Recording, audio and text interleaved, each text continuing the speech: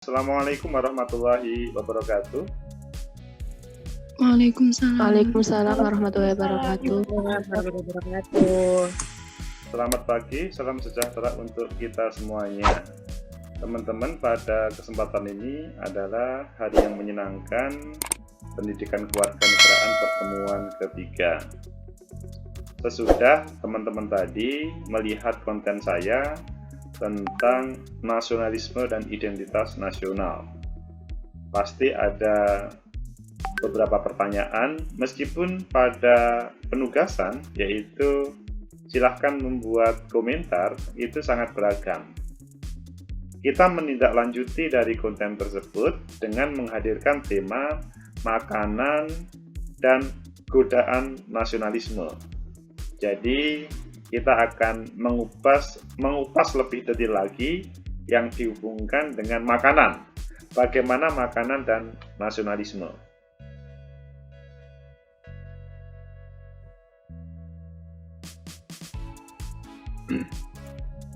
Makanan dan nasionalisme. Ini adalah sebuah materi yang menarik bagi kita untuk dikupas, karena kita sering melupakan bahwa makanan pun ada hubungannya dengan nasionalisme.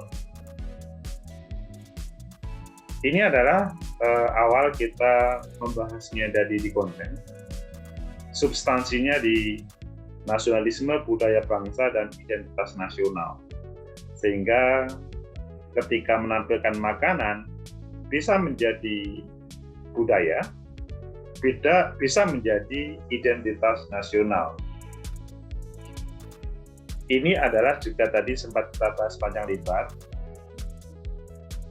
Substansinya bahwa keberadaan makanan itu jauh dari tema konflik SARA yang selanjutnya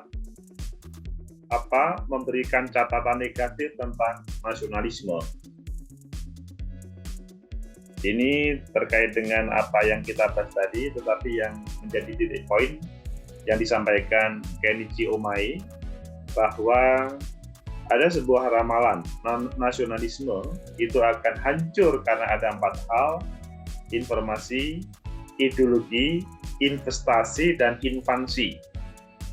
Berbicara makanan adalah salah satu dari bisa investasi, bisa menjadi invasi, karena beberapa makanan dari luar negeri itu menginvasi ke dalam negeri kita, bahkan banyak orang tertarik untuk menjadi bagian bisnis tersebut dan bahkan menjadi konsumennya.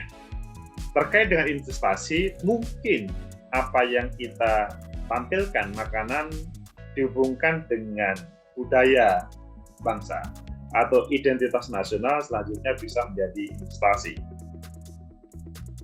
Ini ketahanan budaya tadi juga sudah kita bahas, nanti bisa kita lihat lagi. Nah, ini adalah tema yang menjadi titik poin.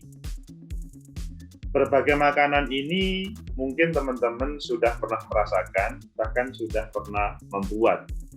Tetapi kemungkinan sebagian sudah tidak mau menikmati makanan tersebut dengan berbagai alasan.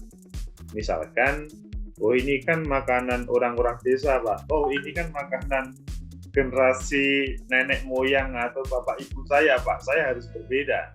Oh ini kan makanan yang ini banyak alasan teman-teman menjadi tidak suka, atau mungkin para penonton itu menjadi tidak suka. Padahal sebetulnya ini adalah makanan yang luar biasa untuk membangun negeri kita. Nah, ini merupakan hal yang menjadi perhatian kita. Catatan atau komentar dari teman-teman di konten, ketika ada, coba tulis terkait dengan makanan yang sangat hubungannya dengan nasionalisme. Ada yang mencatat lebih mencintai produk buatan dalam negeri.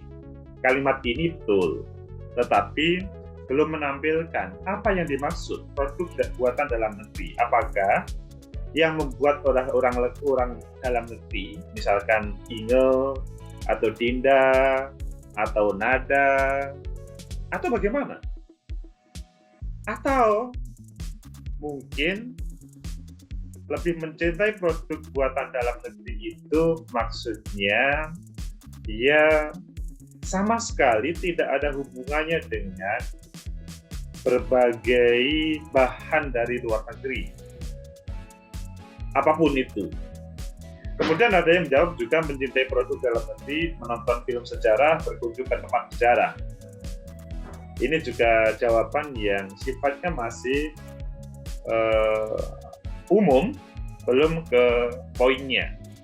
Membeli produk lokal. Apa yang dimaksud produk lokal itu? Apakah misalkan produk yang ada di desa teman-teman sendiri ataupun yang lainnya? Kemudian ada yang menjawab juga mempertahankan tetap tegaknya NKRI. Wah, adakah makanan yang sampai bisa menampilkan mempertahankan tegaknya NKRI? Itu adalah beberapa contoh jawaban dari teman-teman. Saya tidak posisi menyalahkan, tapi saya mengatakan ini benar. Tetapi sebagian belum fokus terkait dengan apa yang dimaksud secara teknis. Itu teman-teman semuanya. Pada poinnya, saya stop dulu. Prinsipnya teman-teman bahwa makanan-makanan itu adalah ya bisa kita hubungkan dengan nasionalisme kita. Sekali lagi, membangun negeri kita, kalau berbagai sara itu sudah kita bahas, berbagai budaya sudah kita bahas, demografis sudah, tetapi tentang makanan kelihatannya mungkin hal ini menjadi perhatian bagi kita. Apakah hal itu merupakan atau ancaman terkait dengan nasionalisme yang ada? Itu teman-teman semuanya yang saya sampaikan. Teman-teman boleh menyampaikan pendapatnya, boleh mendebat, boleh bertanya. Silakan. Iya. Oke, silakan Firda. Iya, Firda, Pak. Oke. Ya, baik. Perkenalkan, saya Firda Syatul Kirom dengan NIM 010. Ya, silakan Firda. Iya, suara saya jelas, Pak? Oh, sekarang jelas. Oke, silakan. Ya, baik. Tadi kan kita sudah banyak menyebutkan godaan nasionalisme tapi di hal makanan. Nah, saya mau kasih contoh kalau di bidang fashion nih, Pak. Okay. Nah, saya tuh sering tergiur mengkoleksi produk-produk fashion yang dari luar negeri. Padahal saya belinya nggak di store-nya langsung, misalnya di Uniqlo gitu, enggak. Saya lebih ke thrift. Thrift itu kayak beli baju di loakan gitu loh, Pak, yang bekas-bekas kayak gitu, yang masih layak pakai. Jadi harganya tuh miring banget, Pak, bisa 30.000, 40.000 itu udah dapet produk dengan merek luar negeri. Nah, kira-kira itu bisa mengganggu. Padahal di produk dalam negeri itu ada yang nggak kalah kerennya dengan produk luar negeri. Contohnya mereknya itu Erigo. Erigo itu bisa sampai terkenal ke Amerika Serikat padahal, Pak. Tapi saya lebih memilih beli baju di loakan tapi mereknya yang Uniqlo, habis itu H&M kayak gitu, Pak. Terima kasih. Firda, yang menjadi alasan atau penjelasan tertarik produk yang di trip tadi apa? Produk-produk luar negeri tapi di tempat trip tadi. Nah. Ya, yang pertama itu karena murah ya, Pak. Pertama murah. Harganya itu tadi miring. Iya, murah. Terus ya keren aja. Karena ya kan kalau bermerek kan kita makainya kan seneng ya, Pak ya. Terus juga kualitasnya meskipun produknya itu udah bekas, itu enak banget dipakai, Pak. Kayak misalnya Uniqlo, saya pernah beli harga 30.000, itu sampai sekarang tuh kepake dan nyaman banget kalau makainya daripada produk-produk ya tahulah, Pak, gitu. Terima kasih. Firda, terima kasih Firda masukannya. Teman-teman boleh bertanya yang lain sebelum nanti saya menjawab. Kecuali nanti tidak ada pertanyaan, saya akan menjawab. Dan juga boleh misalkan mendebat apa yang disampaikan oleh Firda tadi. Jadi menjelaskan apa yang disampaikan oleh Firda. Silakan, misalkan ada yang mau merespon. Silakan teman-teman. Apakah Nada mau merespon itu ya? Enggak. Iya Pak. Nada mau merespon, silakan. Kalau misalnya begini Pak, kita menggunakan produk itu sesuai dengan kualitasnya ya Bapak. Biasanya tuh kalau produk yang lumayan terkenal itu nyaman untuk kita, jadinya kita tertarik untuk memakainya karena untuk kenyamanan Bapak, bukan karena tertarik wah ini dari luar negeri atau ini bagaimana. Begitulah dengan hal makanan. Biasanya tuh saya bukan tipikal orang yang ada makanan hit, saya tuh pengen tuh bukan seperti itu. Cuma kalau coba wah ini enak sesuai dengan selera lidah saya tuh saya suka seperti itu. Bagaimana Bapak? Apakah itu juga mengurangi rasa nasionalisme? Malah Nada malah menambah ya. Oke, teman-teman, saya akan menjawab yang disampaikan oleh Firda sama Nada Auliana. Mungkin nanti kalau ada yang lain lagi bisa disampaikan. Jadi, teman-teman, bahwa makanan bahkan baju itu substansinya identitas budaya dari masing-masing, atau kalau kita ngomong Indonesia ya Indonesia. Dahulu teman-teman kalau melihat film-film sejarah atau cerita dari nenek moyang, maka pada waktu masa penjajahan seperti warga pribumi itu tidak boleh memakai baju yang sama dengan mereka.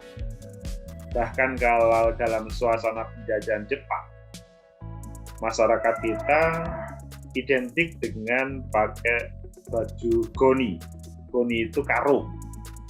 Jadi yang kalau teman-teman karung itu tahunya itu ya tempat untuk menampung atau mengumpulkan padi itu yang di gudang-gudang itu.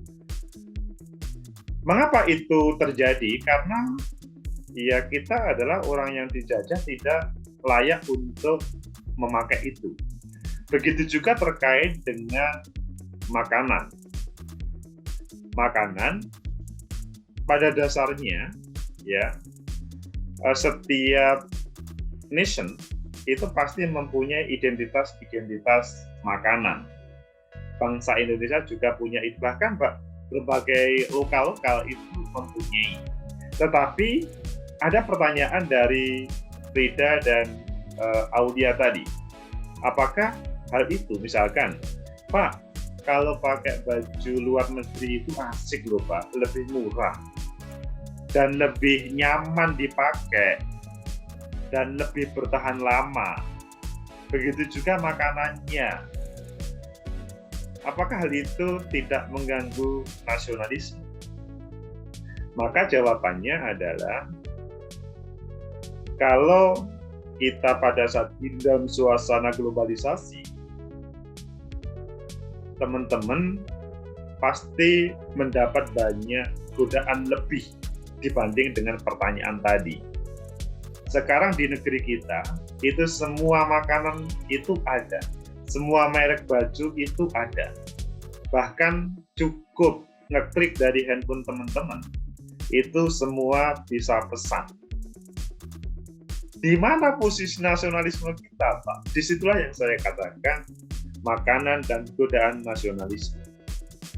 Kalau kita tidak mampu untuk menyaring itu semuanya, maka keberadaan atau identitas nasionalisme kita, identitas nasional kita, itu bisa hilang. Ngomong tentang murah. Coba, apa sih yang menjadikan sebuah barang itu murah? Jadi, orang kapitalis kadang-kadang menampilkan sesuatu itu dibuat harga yang paling habis, tetapi ketika barang dalam sebuah negara itu habis, maka dihadirkanlah yang namanya barang-barang dan kemudian bisa menjadi mahal semuanya. Jadi ngomong murah itu selanjutnya kalian semuanya sebagai anak negeri harus berpikir mengapa itu murah. Ingat pada awal-awal pandemi, ya, ada salah satu menteri kita yang ditangkap oleh KPK. Mengapa?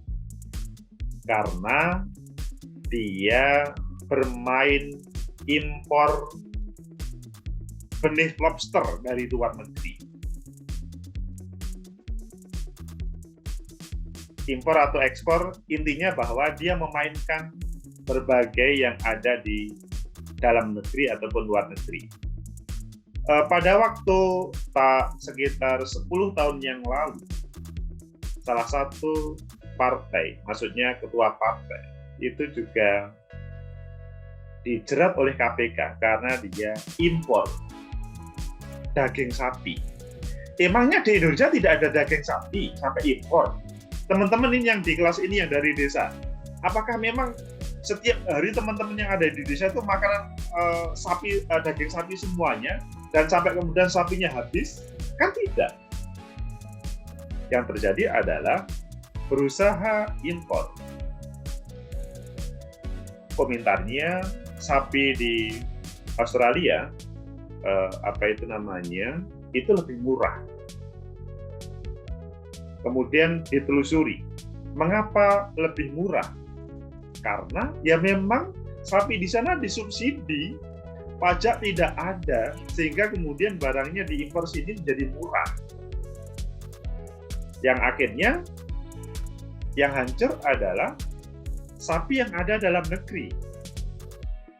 Disitulah kalau kita ngomong murah. Jadi dunia perdagangan, dunia kapitalis itu selanjutnya bisa membuat negara hancur dengan memainkan harga-harga yang ada. Contoh, kedelai-kedelai kita saat ini loh rata-rata impor. Teman-teman kan setiap hari pasti makan tempe kan? Tidak pernah tidak makan tempe kan? Coba tanyakan kepada mereka yang membuat tempe. Tempenya dari impor atau produk para petani? Pasti jawabannya dari impor. Mengapa kok impor? Ya karena yang bisa mengembang adalah tempe yang dari impor, Mbak. Emangnya Fakultas Pertanian yang ada di Brawijaya, di Universitas Jember, atau di kampus-kampus tidak mampu menghadirkan kedelai yang hebat untuk tempe?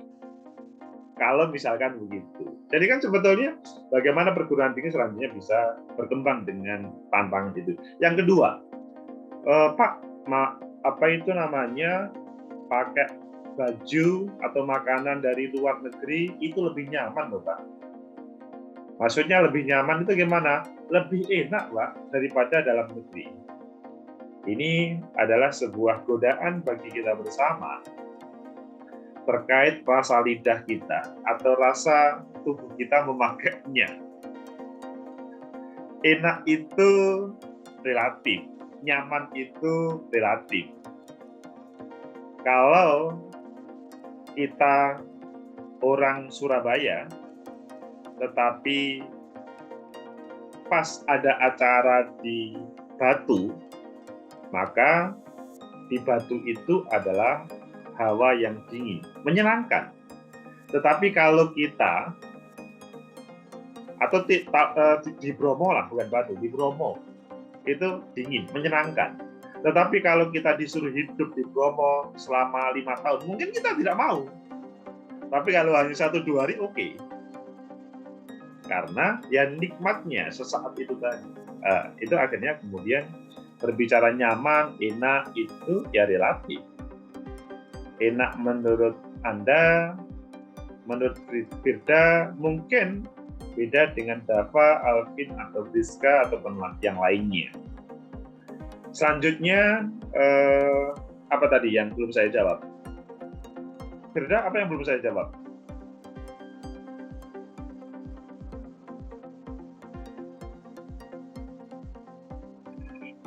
Selain kenyamanan, habis itu murah, sama satunya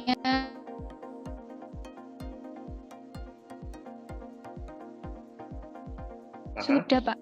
Sudah ya, oke. Sudah tadi kenyamanan, terus habis itu murah, sama ini tadi kalah saing tadi itu. Kalah saing. Jadi sebetulnya ngomong persaingan ya, Firda dan semuanya, ya kita sebetulnya mampu untuk menghadirkan terbaik. Ya seperti kalau teman-teman melihat Olimpiade itu loh, kan seakan-akan warga negara Indonesia itu kan kecil-kecil, atau seperti orang Cina kecil-kecil, maka dia tidak mungkin untuk menang dalam kontes internasional Olimpiade. Tapi nggak tahunya kita pun juga mampu untuk menghasilkan emas. Orang Cina pun juga hebat, orang Jepang pun hebat, meskipun posturnya berbeda dengan orang Eropa ataupun orang Amerika. Saya pikir itu jawabannya Firda dan semuanya. Apakah masih ada pertanyaan? Assalamualaikum Pak. Oke, silakan. Mohon maaf ya Pak, sebelumnya saya tidak bisa on cam karena jaringan saya ini sepertinya lagi jelek.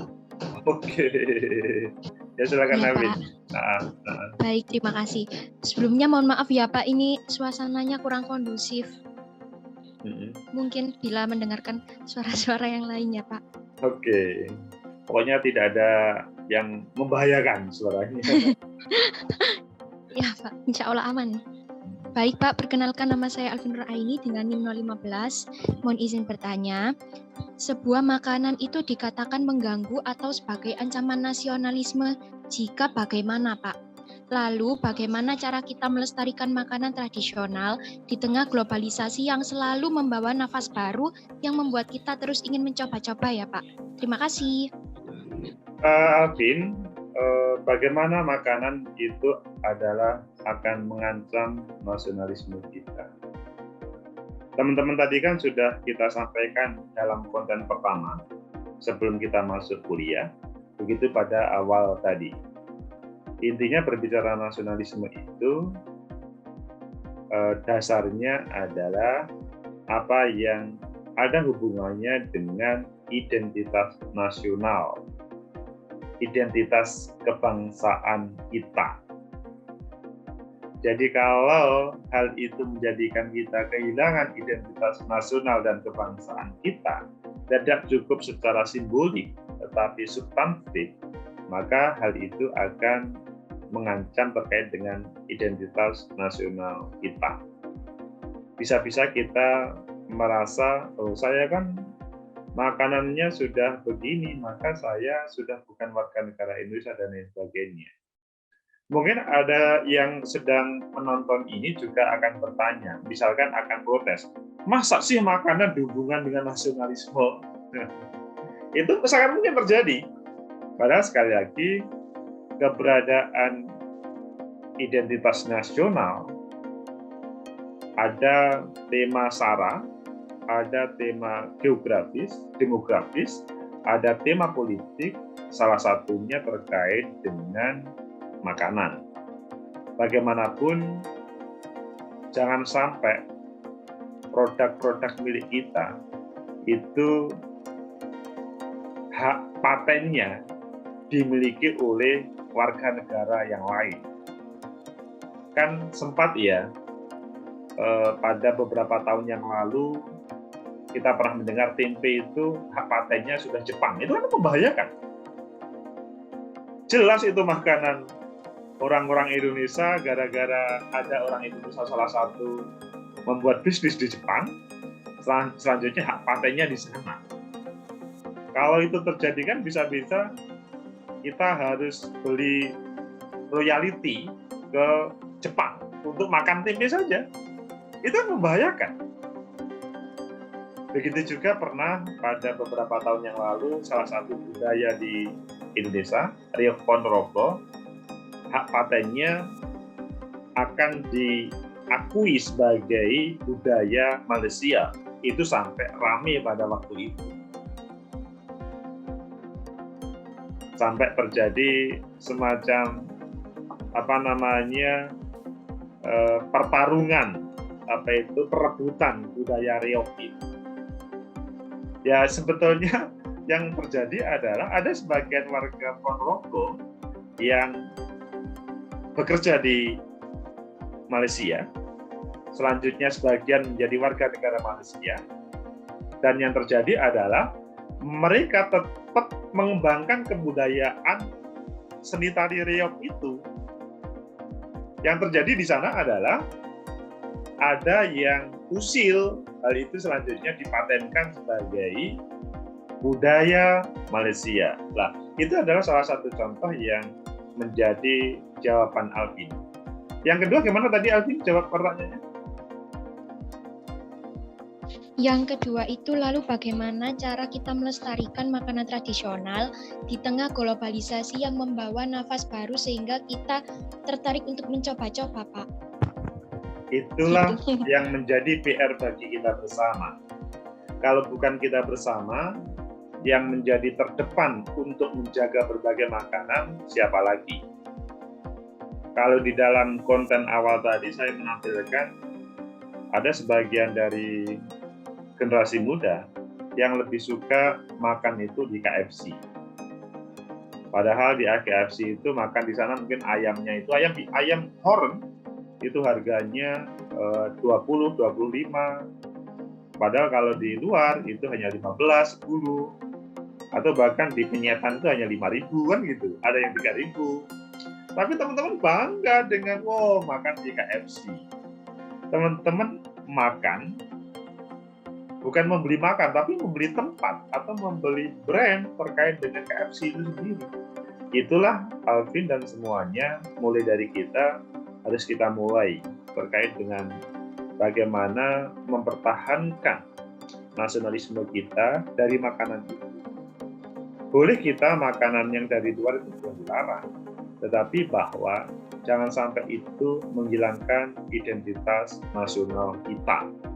Bahkan selanjutnya kalau bisa, kita bisa menawarkan makanan-makanan khas Indonesia yang ada di Gambat, itu menjadi daya tarik bagi mereka semuanya. Teman-teman untuk memberikan komentar ataupun pertanyaan tentang makanan dan godaan nasionalisme ini yang menjadi tema kita pertemuan ketiga pendidikan kewarganegaraan. Silakan. Selamat pagi, Bapak. Silakan, Tirza. Kali Oke. Kebetulan minggu lalu saya membuat pertanyaan itu mengenai produk dalam negeri yang sudah go internasional, tapi kita belum tahu gitu loh Pak mengenai produk itu. Nah kan saya cari referensinya. Secara detail apa, Tirza? Produk dalam negeri? Ya, jadi saya menemukan itu, saya ambil contoh seperti Silver Queen. Yang coklat itu Pak, itu asalnya dari Garut. Itu miliknya Indonesia. Terus yang kedua ada Hokben, Hokaka Bento.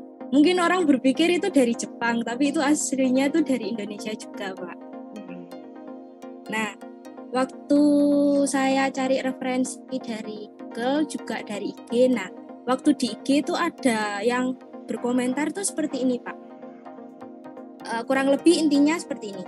Kalau memang cinta tanah air, kenapa dosen tidak menggunakan bahasa Indonesia untuk penamaan produk? Nah, kira-kira pendapat Bapak bagaimana ini? Oke. Pertanyaan Tirza ini menggelitik bagi kita bersama ya teman-teman.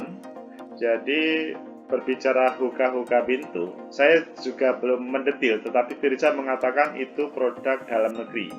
Begitu juga Silver Queen, itu produk dalam negeri. Sekali lagi, mungkin kalau pernyataan Tirza itu bisa dipertanggungjawabkan, maka it's okay. Tetapi kalau tidak, maka akan membahayakan. Terjadi hoax terkait dengan makanan yang ada. Hoax makanan yang ada, maksudnya akan menjadi tema mengganggu nasionalisme kita. Apa yang ditanyakan oleh teman tadi, itu betul. Mengapa tidak menampilkan tema atau nama yang ada hubungannya dengan identitas nasional kita? Mungkin jawabannya sepintas, ya supaya lebih laku, karena orang Indonesia itu akan lebih mudah diberi sesuatu terhadap ketika misalkan mempunyai branding asing misalkan, itu lebih laku di Indonesia daripada misalkan yang diberi branding. Lah, saya pikir semuanya sudah bisa melihat ya bahwa juga ada makanan yang di Indonesia itu luar biasa. Tirsa masih ingat, dan semuanya saya pikir masih ingat pada waktu Presiden Amerika yang pernah hidup di Indonesia, siapa? Masih ingat? Obama. Obama pernah hidup di Indonesia pada masa kecilnya. Dia hidup di Menteng dengan ibunya, karena ibunya kerja di di konsulat Indonesia, dan beliau adalah ngajar bahasa Inggris.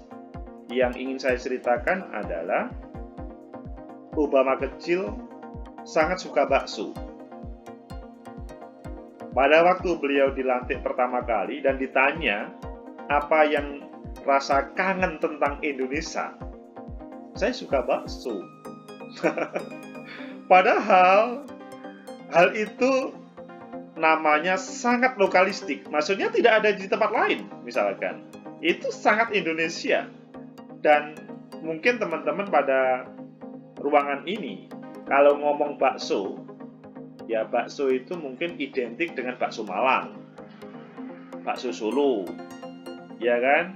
Banyak ragam bakso lah sebetulnya, tapi yang identik itu. Lah, yang menjadi titik poin adalah ketika diberi nama bakso pun menjadi luar biasa. Dan sekarang banyak orang, bahkan tidak hanya di dalam negeri. Di dalam negeri yang mengembangkan bisnis bakso banyak. Yang mengembangkan bisnis ke luar negeri dengan label bakso itu juga laku baik. Nah, untuk itu mungkin pertanyaan dari teman tadi, Tirza dan semuanya, ketika seseorang memberikan label sebuah makanan bukan berdasarkan dengan identitas dan budaya nasional, mungkin hal itu akan membuat seseorang menjadi mungkin ragu atau menjadikan rasa nasionalismenya itu kurang. Jadi Tirza dan semuanya, lebih baik kalau memang memproduk, ya makanan diberi label-label yang nasional aja lah. Label-label lokal itu juga banyak yang enak kok. Teman-teman ngomong rawon, soto, itu enak. Pecel, itu enak. Mungkin ada ya hal yang belum saya jawab, Tirza. Apa cukup? Cukup, Bapak. Oke, terima kasih Tirza terkait dengan bisa menerima jawaban dari saya. Apakah masih ada yang lain yang mau bertanya, teman-teman?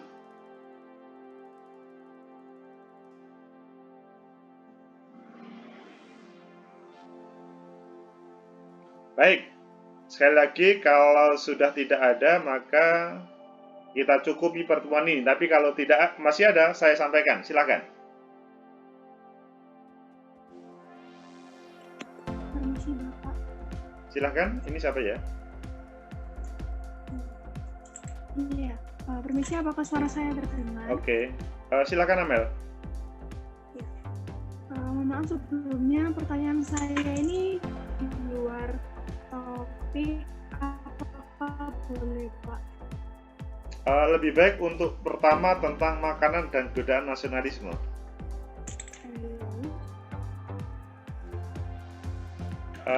Amel kelihatannya agak terganggu dengan jaringan ya.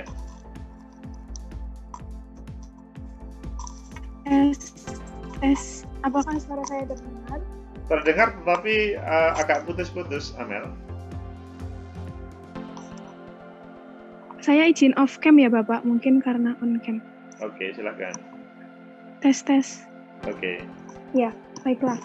Sebelumnya perkenalkan, nama saya Amelia Kristina Lovianto, NIM 065. Di sini saya mau bertanya Bapak, bagaimana sih caranya kita sebagai orang dewasa ini mengajarkan kepada anak sejak kecil untuk bisa membedakan menghargai makanan dalam negeri daripada makanan luar negeri. Seperti contohnya, mungkin kalau mengajak anak ke mall itu kan terkadang orang tua itu lebih simpel kayak memberikan anak ini, oh ya udah ke KFC aja kayak gitu, makanan yang yang cepat saji kayak gitu. Nah, seringkali itu kenapa kita sebagai orang dewasa tuh tidak mengajarkan kepada anak-anak untuk lebih baik mengajarkan makanan yang dalam negeri dulu daripada makanan yang luar negeri kayak gitu, Pak. Kira-kira solusi apa yang dapat kami sebagai orang dewasa ini mengajarkan kepada anak-anak, oh lebih baik makanan ini dulu, makanan khas Indonesia dulu diajarkan dan lain sebagainya. Terima kasih Bapak. Terima kasih Amel, ini adalah sebuah pertanyaan yang sangat substantif ketika teman-teman sebagai calon guru PAUD, karena ada hubungannya dengan masa depan anak dan masa depan terkait dengan generasi muda kita. Jadi berbicara tentang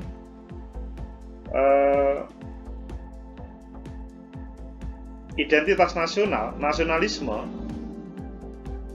masuk ke mall itu pasti banyak godaan, karena mall itu sangat identik dengan dunia kapitalis.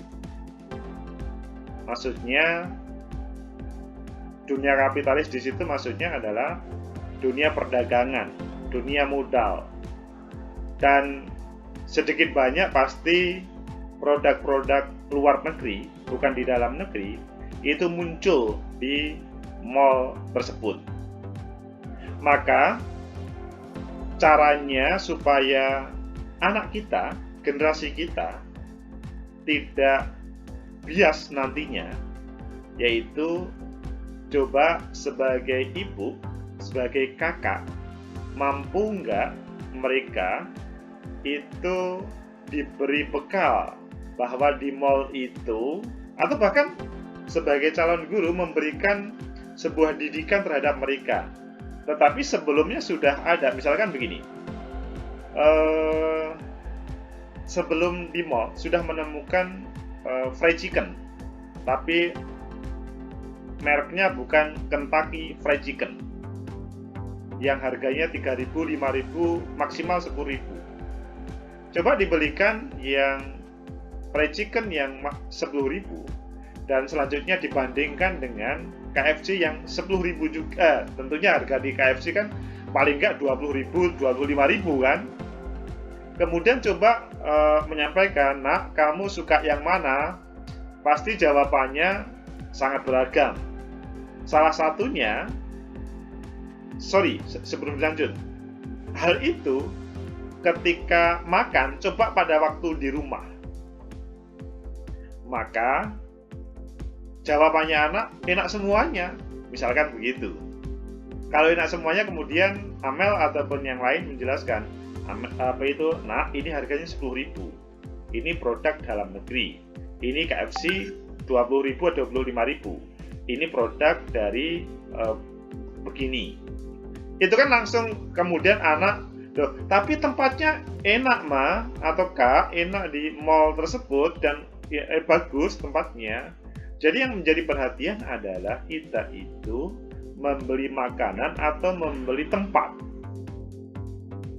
Itu yang menjadi perhatian bagi kita bersama. Dan yang lebih penting, kalau kita tidak memulai untuk itu, kemungkinan besar generasi kita juga ya ikut saja. Maksudnya seakan-akan Amel mengajak adik atau anak ke mall itu adalah tradisi yang benar untuk berbelanjanya. Kita tidak melarang teman-teman untuk ke mall, tetapi bahwa berbagai produk di mall itu belum tentu sebaik dengan produk yang di pasaran. Dan sebetulnya yang di pasaran mungkin lebih murah, kan begitu. Nah, sekarang pada saat ini kan temanya adalah makanan dan godaan nasionalisme. Kalau kita sudah tidak punya identitas nasionalisme di dalam makanan, kemungkinan ya kita akan digerus oleh negara lain, bahkan penjajahan gaya baru dalam dunia